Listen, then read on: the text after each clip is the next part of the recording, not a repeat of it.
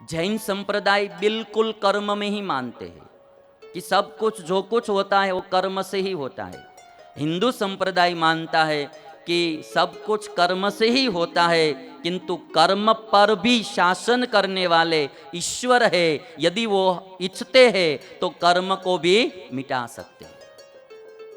और इसीलिए अंधश्रद्धा में मत जाओ। कोई दोरा धागा ये जादू टोना उसमें मत फंसो। एक कर्म करने में ध्यान रखना, कभी हमसे गलत कर्म न हो वो ध्यान रखना। यदि कोई पूर्व में हो गया है तो ईश्वर की आराधना, ईश्वर की प्रार्थना करना, वो कभी न कभी हमको बचा लेंगे।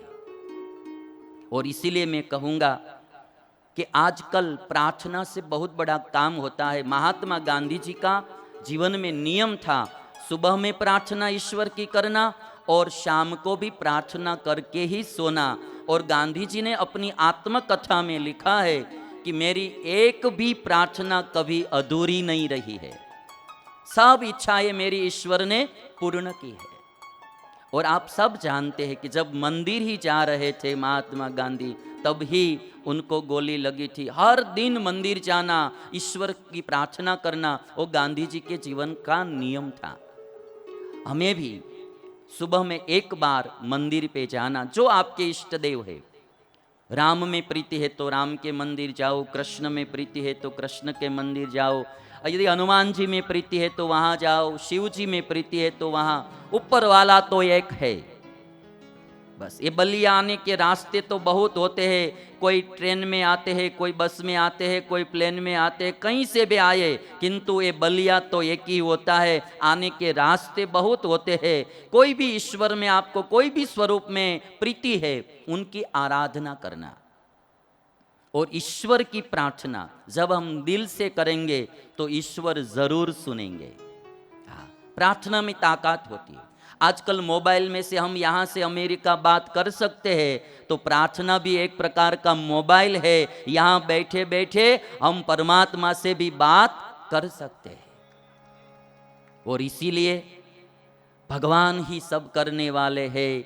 मारने वाला है भगवान, बचाने वाला है भगवान। मारने वाला है भगवान, बचाने वाला है भगवान। आज ये जो कहा मैंने सुनाई ने, कि 17 साल के डॉक्टर बोल रहे थे कि आज दिन तक मैंने मेरी जिंदगी ऐसे ही गवाई, आज एक बच्ची की घटना ने मुझे आस्तिक बना दिया, मुझे आस्तिक बना दिया। एक घटना हमारे यहाँ वाराणसी के पंडित जी थे, और गुजरात में हम सब संत लोगों को संस्कृत पढ़ाते थे। और वो वाराणसी के पंडित जी बोलते थे कि मेरा एक मित्र था और पायलट था, प्लेन चलाता था। उसकी माँ जो थी वो कॉलेज में प्रोफेसर थी। उनके पिताजी भी कोई बड़े अधिकारी थे। पूरा फैमिली एजुकेटेड था। ये जो पायलट आदमी है ना, वो बिल्कुल नास्तिक था, वो भगवान में कुछ मानता नहीं था। एक दिन कहीं जंगल में घूमने के लिए गया था पायलट, साथ में कुछ हथियार थे, किंतु वो गाड़ी में पड़ा था और गए, और अचानक एक सिंह आ गया। और जब सिंह ने गर्जना की तो पायलट को लगा कि अब तो मरना ही मरना है, अब ये छोड़ेगा नहीं, भूखा है और मार डालेगा। और तब वो पायलट ने इतना ही संकल्प किया कि मैं तो भगवान में मानता नहीं हूँ, यदि कोई भगवान जैसा तत्व है, लोग भगवान की आराधना करते हैं, पूजा पाठ करते हैं, मंदिर जाते हैं, भक्ति करते हैं, कोई भगवान जैसा तत्व है तो आज मुझे बचा ले, तो आज ही मैं इस संसार को छोड़कर ईश्वर की आराधना करने के लिए चल पड़ूंगा।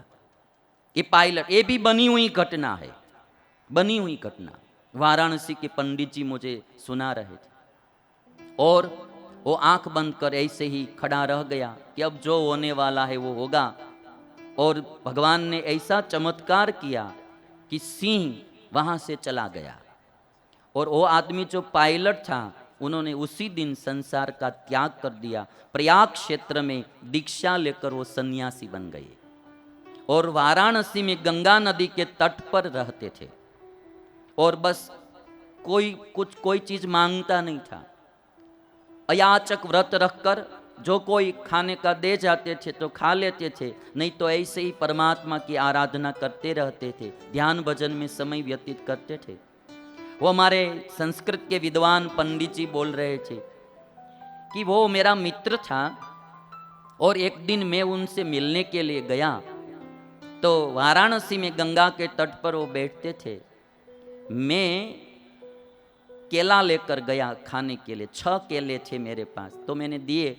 वो कल का भूखा था, कुछ खाने का नहीं मिला था, तो 6 केले में से उन्होंने 2 केला खाया, 2 केले खाए और 2 मुझे दिए और 2 रख दिए। तो मैंने कहा कि आप कल से भूखे हैं तो खा लीजिए। तो वो आदमी ने कहा कि मुझसे भी कोई ज़्यादा भूखा आएगा तो ये 2 केले मैं उनको दे दूंगा। कितना परिवर्तन जीवन में आ जाता है वो आप देखिए। और इसीलिए एक बात तो पक्की है कि कोई है।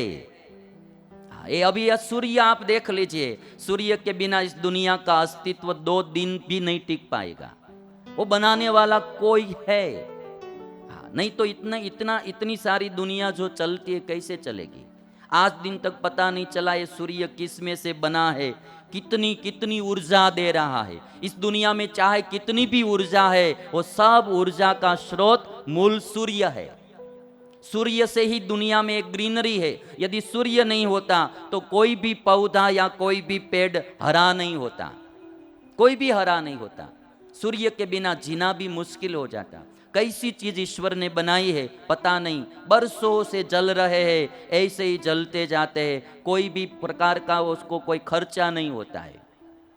रात में थोड़ी सी लाइट हम यूज करते हैं तो भी बिल नहीं भर पाते हैं, और ईश्वर एक लैंप सुबह में कर देते हैं तो पूरे दिन हमको प्रकाश ही देते रहते हैं।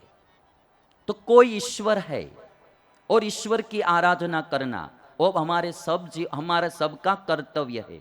भगवान के प्रति भाव रखना, बुजुर्गों के प्रति। यहाँ मैंने हमारे विमल पाठक जी कहते कि जब तक बुजुर्ग लोग होते हैं तब तक छोटे लोग आगे आकर बैठते नहीं है। जो मर्यादा रखते हैं यहाँ के लोग, वो मुझे बहुत अच्छा लगा।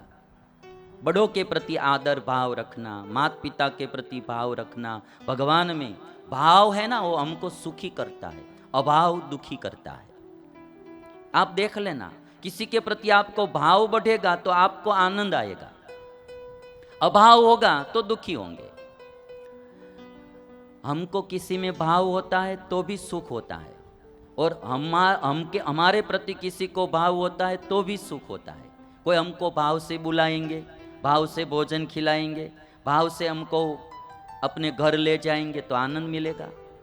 हमको किसी में भाव होता है कि बहुत अच्छा इंसान है, हम वहाँ मंदिर गए थे, बहुत आनंद है। भाव बढ़ेगा तो आनंद आएगा, अभाव बढ़ेगा तो दुख ही दुख होगा।